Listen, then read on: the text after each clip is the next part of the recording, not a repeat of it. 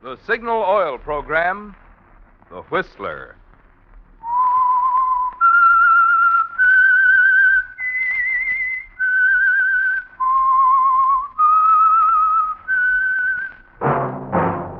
That whistle is your signal for the Signal Oil program, The Whistler.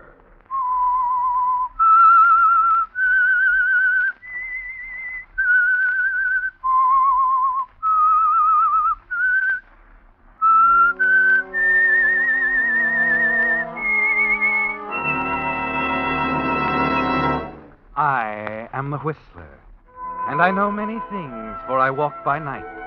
I know many strange tales hidden in the hearts of men and women who have stepped into the shadows. Yes, I know the nameless terrors of which they dare not speak. Yes, friends, it's time for the Signal Oil program, The Whistler. Rated tops in popularity for a longer period of time than any other West Coast program in radio history. And Signal gasoline is tops, too, tops in quality. It takes extra quality, you know, to give you extra mileage. And Signal is the famous Go Farther gasoline. So look for the Signal circle sign in yellow and black that identifies friendly dealer-owned Signal stations from Canada to Mexico. And now the Whistler's strange story. Boiling Point.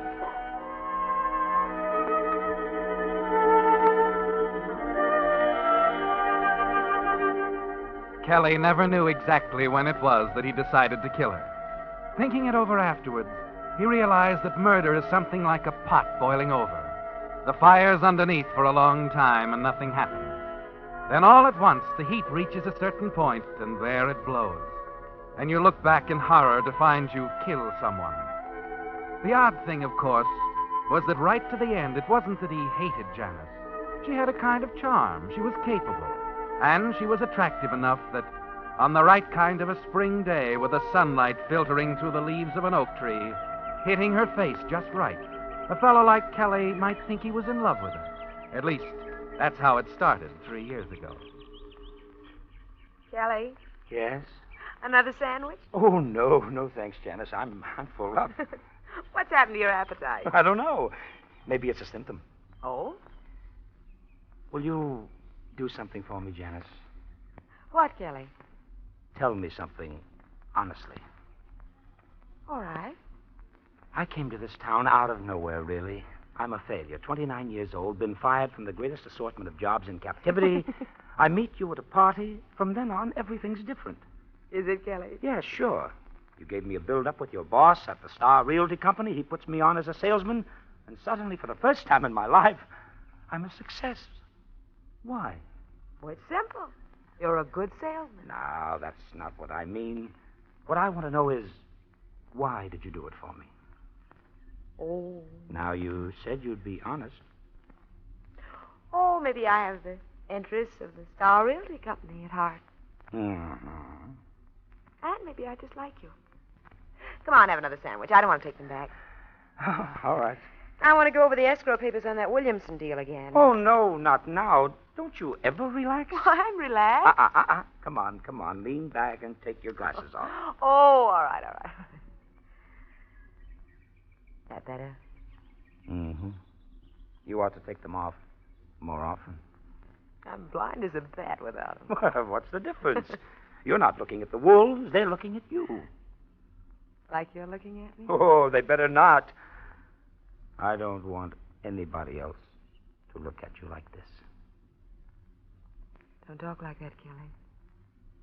Not unless you really mean it. I do mean it, Janice. I'm crazy about you. Oh, I know I'm not much of a guy, and I'll never know why you bothered with me. But, Janice, I want to marry you. You won't be sorry. I'll work hard and be a success. That's enough, Kelly. Oh, please listen to me. I heard all I want to hear when you said you love me. Aren't you going to kiss me, darling?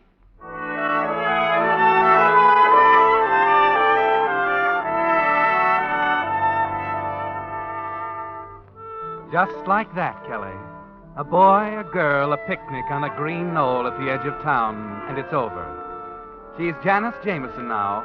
You have a small home together, and Each morning you commute to town in your jobs with the Star Realty Company. But Janice isn't satisfied, Kelly. She talks of nothing but of the two of you in business together, Jameson and Jameson Real Estate Brokers. It would take more than you could ever save on your salaries, of course. And it was about then you began to wonder if she'd ever be satisfied. Perhaps it was then, too, that the fire began to burn under the kettle, and the temperature slowly but surely started to rise. And here's a letter for Kennelly and Botsworth. Gentlemen, with reference to the lease on the property at Lilium Way and Gladstone Boulevard, we are informed that the present holder is Kelly? perfectly... Huh? Oh, yes, Janice? Can I speak to you for a moment? Well, I'm tied up. Couldn't it wait? No, please, right now. All right. Excuse me, Miss Eldridge. Now, what's it all about? Kelly, our chance has come. What are you talking about? Jameson and Jameson, remember? Oh, that. All right, Janice. What do we use for money? Look, it's a teletype from New York offering $40,000 for the corner of 8th and Maple. But Knowles has an option on that corner for $30,000, hasn't he? Did have, you mean? It expired yesterday. But shouldn't we tell Knowles, give him a chance He to... won't be back until next Wednesday. Well, there's no way I can get in touch with him. Honest, darling, Knowles will be tickled pink when he knows we've grabbed this chance to start on our own. He's a big man, more ways than one. I know. That's Listen, why I... Listen, Kelly, I tried my best to get Knowles to renew his option. He said that corner would never be worth anything. This means $10,000 for us on a $1,500 investment. Now, you run right down to the bank and get a certified check. I'll teletype New York that Knowles no longer holds the option. Well, I hope you know what you're doing. Oh, I do know, and I know something else, too. Hmm? In a few days, we'll have a brand new office with a nice glass door reading Jameson and Jameson.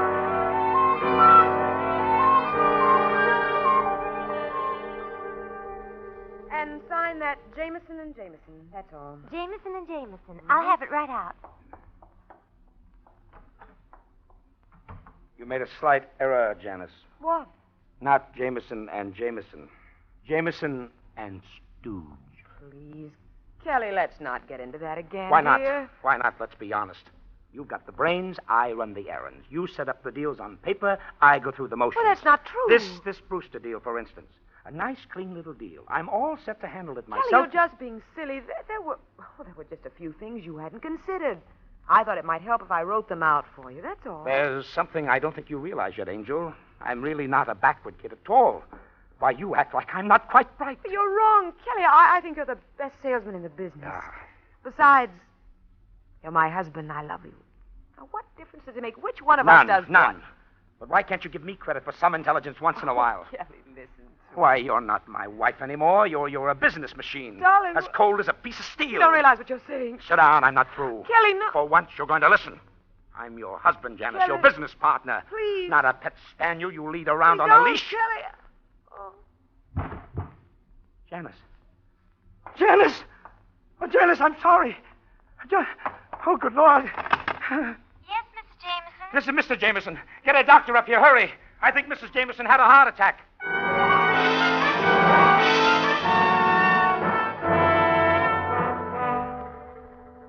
Looking down at her now, you have a queer sense of guilt when you realize that you've actually been wishing something like this would happen. Anything to free you, give you back your independence and self-respect. Yes, Kelly, you're sorry and ashamed. And you almost take the kettle off the fire before it reaches the boiling point, particularly as you hear the doctor telling you it was a heart attack. That Janice will have to stay in bed and rest, with a day nurse in attendance. But that's what changes it all right back again.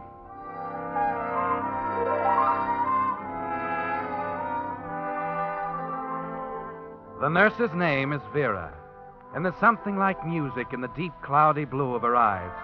Something about her voice, the youthful grace of her that sets your heart racing, makes you think that here is everything you missed in your marriage to Janice. Good morning, Vera. How's the patient? I just don't know, Mr. Jameson. Kelly. Mr. Jameson. Check. She seems to think the doctor's all wrong, that it's silly to think of heart trouble at her age. Well, that's the way she is. Well, something has to be done about it. She says it's all foolish and that she's going to get up and go back to work. I know. I've been over that with her several times. Well, you ought to talk to her, Mr. Jameson. Kelly. What good would it do for me to talk to her? Well, after all, you are her husband. Yeah, sometimes I wonder.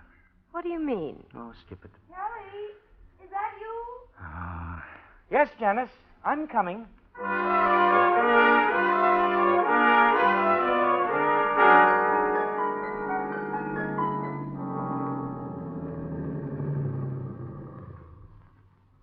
It was sweet of you to take me home, Mr. Jameson. Kelly. Why do you keep insisting that I call you Kelly? Do I? Every night you've taken me home. How long has it been now? 3 weeks? 4? 23 days. Oh, did you keep a record of it? Uh-huh. In the back of my head. If you want details, I can tell you what happened on every one of those days, too. You have a very good memory. It's easy when you have a reason to remember. You ought to go on the stage. Professor Jameson's Memory Act or something. Well, I'd better go in now. Oh, no, please. Just a minute more. I've got some work to do. I might go on another case soon, and... Another case? Vera, what are you talking about? Well, I won't be on this one forever, you know. But, Vera, it's out of the question. She's a sick woman alone in the house, and... Oh, why lie about it? I think you know why I'm talking this way, Vera. Yes, I do. I love you. I'd better go in Oh, now. no, Vera, Kelly, please. Vera, darling. Kelly. I know. If only you were free. I'll be free, Vera. I'll... What do you mean, Kelly? I don't know, Vera. I don't know.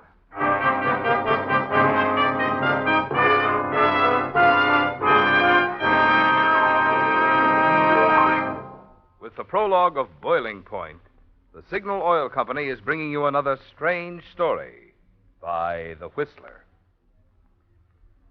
Friends, this being the first program of March, I'm reminded of that old saying, in like a lamb, out like a lion. With Signal gasoline, it's always that way. It goes into your car as a clear, innocent-looking liquid.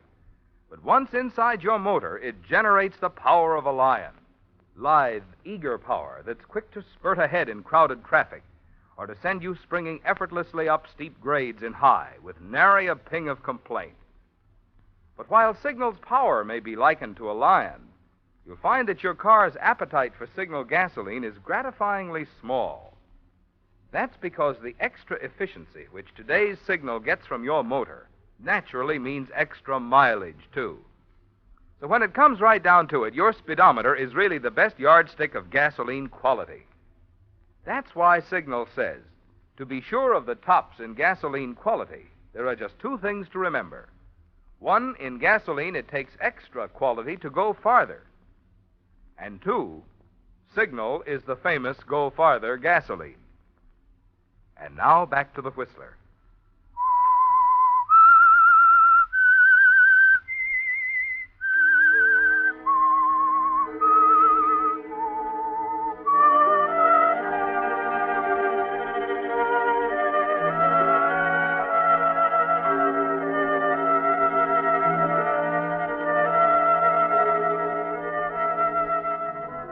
It was strange, Kelly.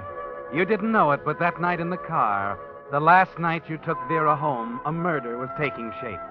A murder made of several things. Of your love for Vera, of Jameson and Jameson, and $20,000 in the company account. And naturally of Janice. She'd never give you up, Kelly. You're sure of that. And the next day, as you sit alone in your office, you're wondering about alternatives. Puzzled, even a little frightened by the sudden, impulsive thing that popped into your head as you said goodnight to Vera. I'll be free, Vera. What do you mean,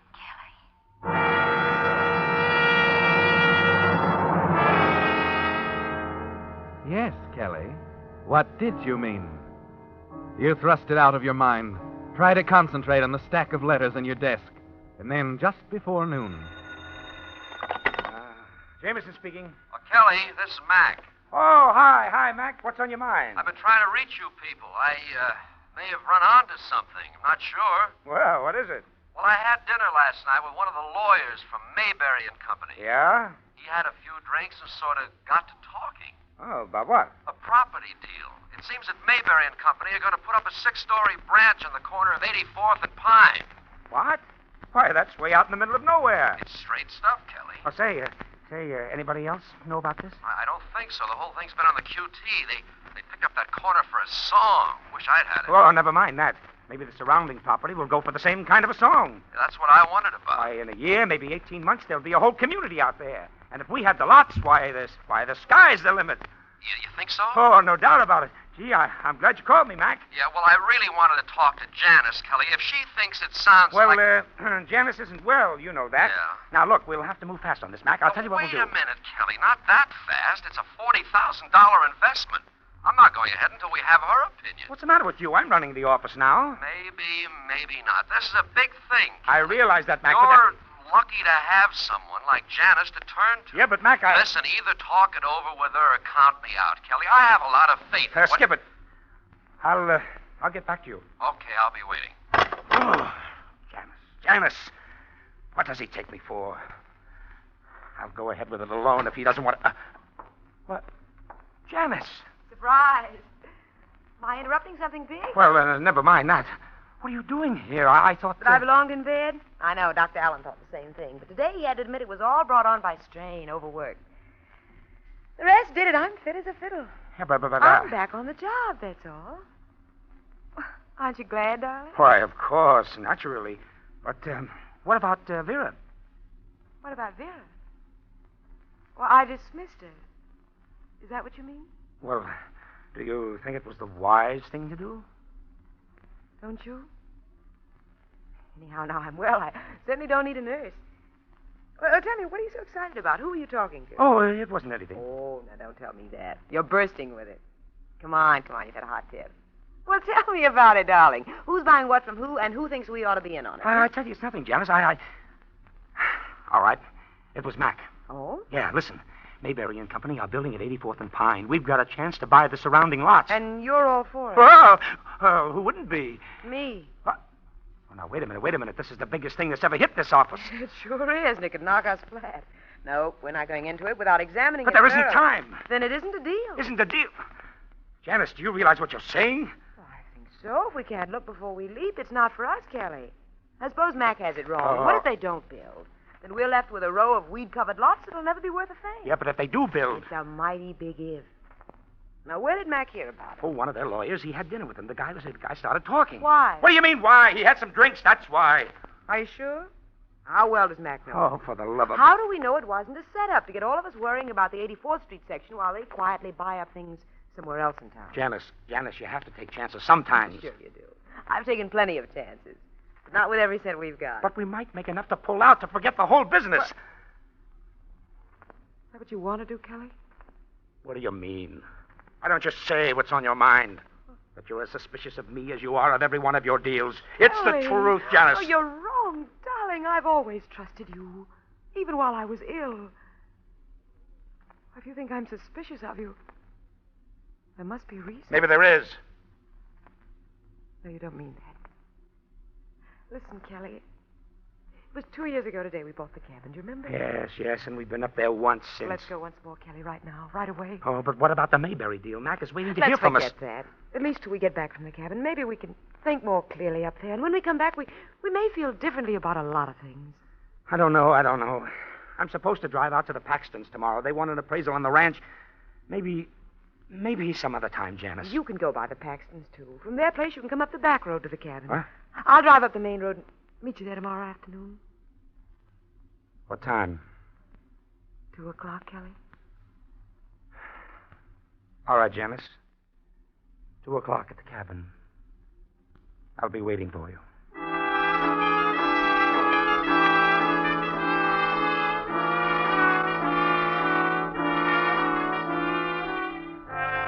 At the moment you agree to meet Janice, the kettle is beginning to boil, isn't it, Kelly? The first tiny bubbles are rising dangerously close to the rim, threatening to pour over, and there's no way to stop them. It's the same the next day as you drive up to the cabin. And grinding up the narrow mountain road, you admit to yourself that the Paxton Ranch was just an excuse, that you weren't even thinking of keeping your appointment there. You were thinking of an old wooden bridge, a bridge over a 200-foot drop straight down, a bridge that Janice would have to cross to reach the cabin.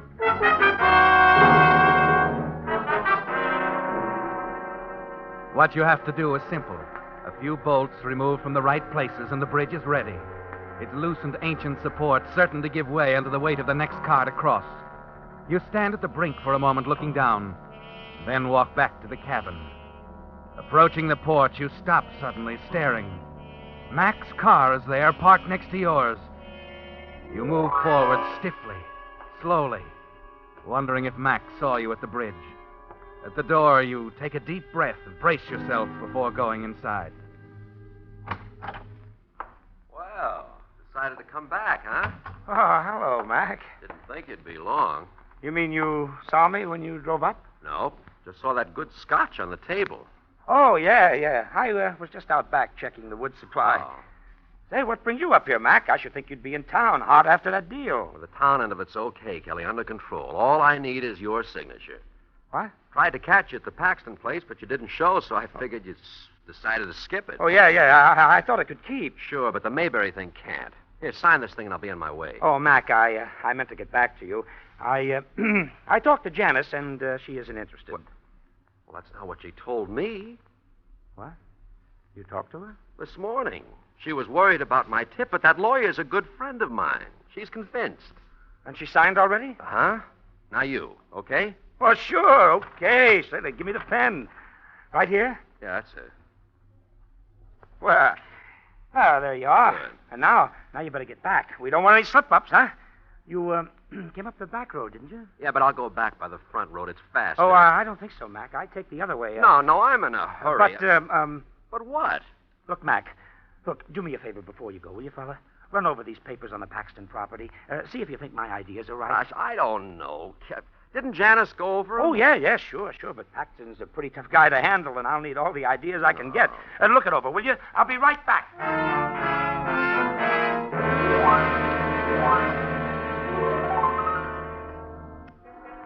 You're trembling as you go out of the door, aren't you, Kelly?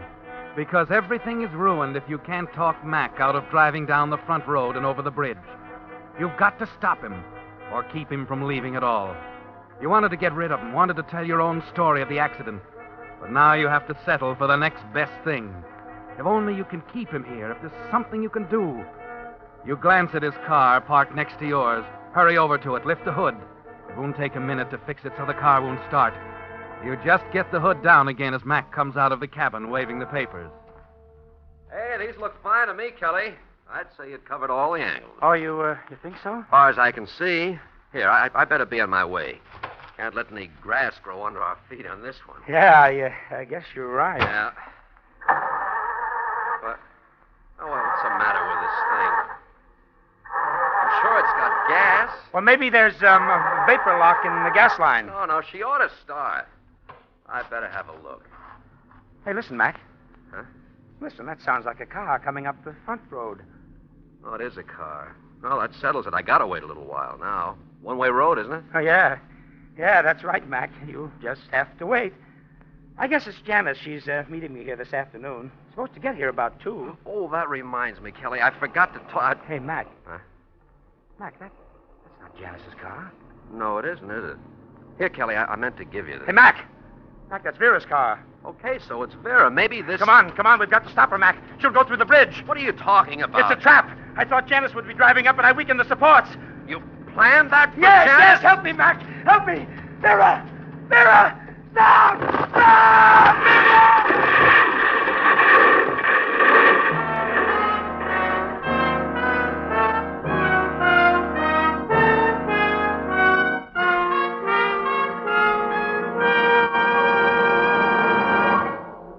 The Whistler will return in just a moment with a strange ending to tonight's story. Meantime, in place of the little chat about one of Signal's products or services that we usually have at this point on the Whistler, Signal Oil Company is giving this time tonight for an announcement in the interest of public welfare. Once each year in March, we're asked to think of those who, in time of unexpected emergency, need the quick, friendly help that you and I make possible through the Red Cross. Just who are these people? Why, they're the victims of disasters such as earthquake, flood, fire, wreck, or epidemic. Disasters that can strike any one of us any time without warning. Who else? Millions of discharged veterans and their dependents have called on the Red Cross for a helping hand. And don't forget the thousands of hospitalized veterans who may depend on the Red Cross for a long time to come for their recreation and entertainment, their letter writing, shopping, and other assistance. These are just a few of the hundreds of ways the Red Cross is called upon to help every day. It's going to take $75 million to answer all the calls for help the Red Cross will receive this year. So give as generously as you can, remembering that you're the lucky one to be in a position to give help rather than to need help. And now back to the Whistler.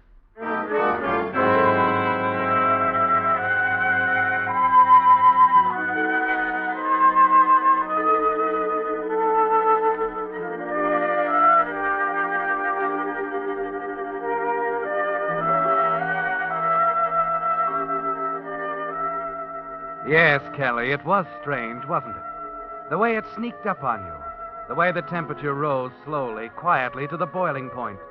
Now, with the temperature back at zero, Vera lies dead in the wreckage at the bottom of the gorge beneath the bridge. The bridge whose supports you'd hacked away to trap Janice, your wife, so you'd be free to marry Vera. And as you stare down in fascinated horror, the words of Mac begin to penetrate the cloud of fog surrounding your brain. If you hadn't been so insistent on my going over those Paxton papers, this might not have happened. Paxton papers? That's right. I had a note for you from Janice. Janice? Yeah, she decided not to come and asked me to deliver this when I got here. Every time I tried to tell you about it, you interrupted me. Here, you'd better read it while I phone the police. The police? Oh, wait a minute, Mac. I can't wait, Kelly. I've got to report a murder. Better take a look at Janice's note. Yes. I guess I had, Mac. Why not?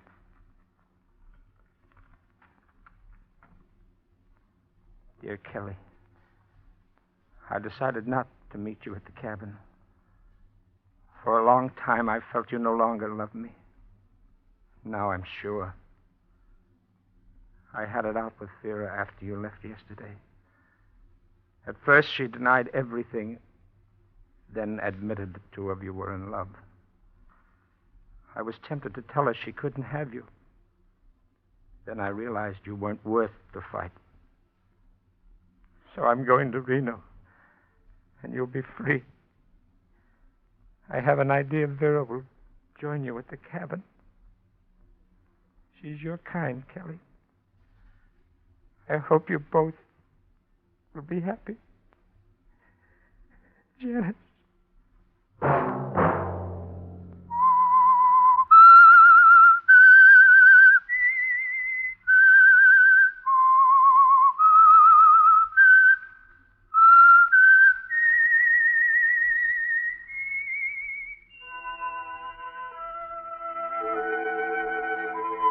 Let that whistle be your signal for the Signal Oil program, The Whistler, each Wednesday night at this same time, brought to you by the Signal Oil Company, marketers of Signal gasoline and motor oil and fine quality automotive accessories. Signal has asked me to remind you, to get the most driving pleasure, drive at sensible speeds, be courteous, and obey traffic regulations. It may save a life, possibly your own.